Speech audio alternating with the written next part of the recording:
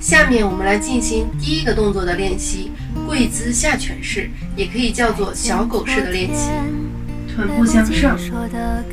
感受我们脊椎的拉伸，保持均匀的呼吸。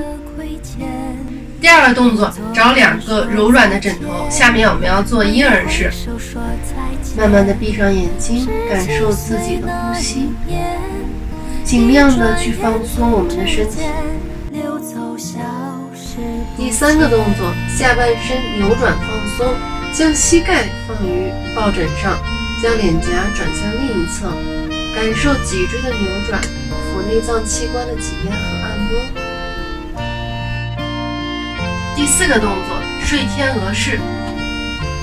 将我们的上半身轻轻地放于抱枕上，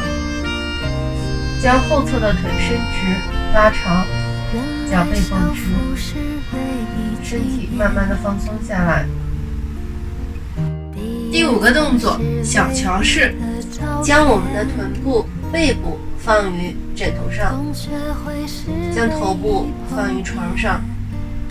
第6个动作，仰卧屈膝束胸式，在小乔式的基础上，屈我们的右膝或者左膝，将膝盖靠近我们的身体，